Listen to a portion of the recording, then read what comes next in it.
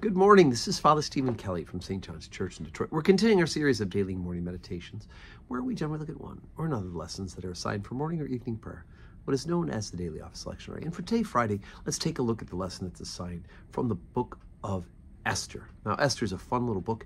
It has a great story. It's an easy read from start to finish, and it talks about God's protection of the people of the original covenant. Now, the lectionary picks up today at chapter number 3, beginning at verse number 1. After these things did King Ahasuerus provoke Haman, the son of Hammedatha the Agagite, and advanced him, and set his seat above all the princes that were with him. And all the king's servants that were in the king's gate bowed and reverenced Haman, for the king had so commanded concerning him. But Mordecai bowed not, nor did him any reverence. Then the king's servants which were in the king's gate said unto Mordecai, Why transgressest thou the king's commandment?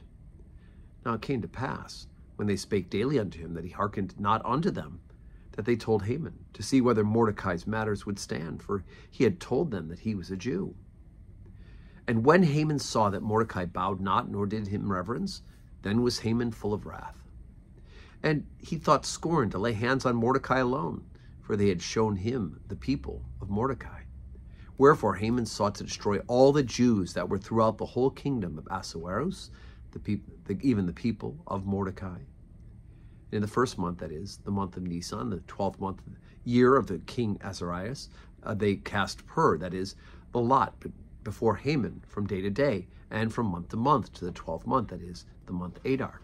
And Haman said unto Ahasuerus, There's a certain people scattered abroad and dispersed among the people in all the provinces of the kingdom, and their laws are diverse from all people, neither keep they the king's laws.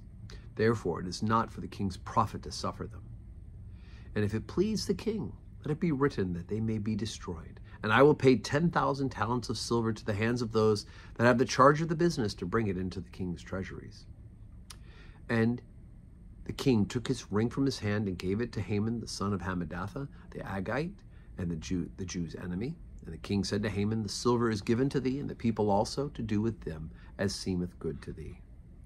And when the king's scribes called on the 13th day of the first month, there was written according to all that Haman had commanded unto the king's lieutenants, and to the governors that were over every province, and to the rulers of every people of every province, according to the writing thereof, and to every people after their language. In the name of King Ahasuerus it is written, and sealed with the king's ring. Okay, so the people of the Jews, people of the original covenant, have been persecuted throughout history. They've been different.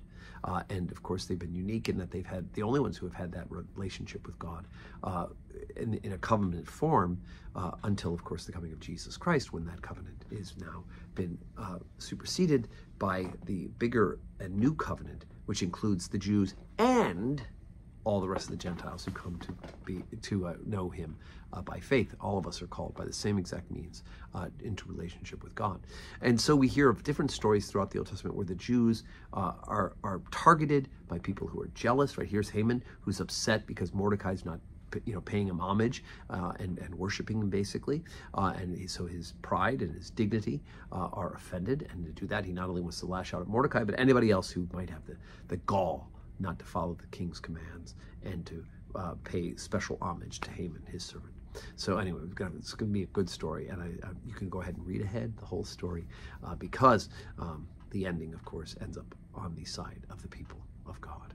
So today's Friday. We don't have a regular worship, public worship here at St. John's, but I do hope that you are saying your prayers, that you're praying for us, and we will pray for you, and that your Friday will be full of blessings.